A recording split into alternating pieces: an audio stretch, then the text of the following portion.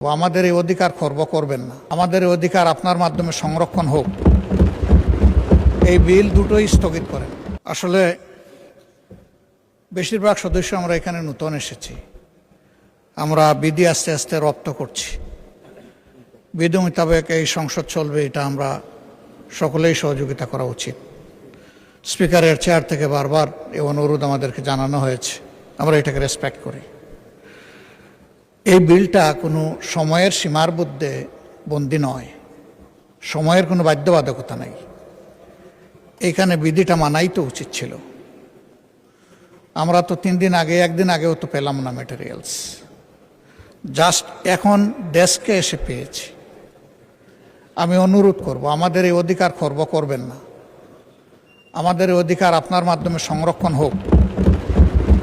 এই বিল দুটোই স্থগিত করেন।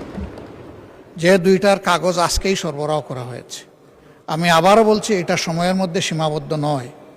আরও অনেক বিল এই সংসদে আসবে, এটাই স্বাভাবিক।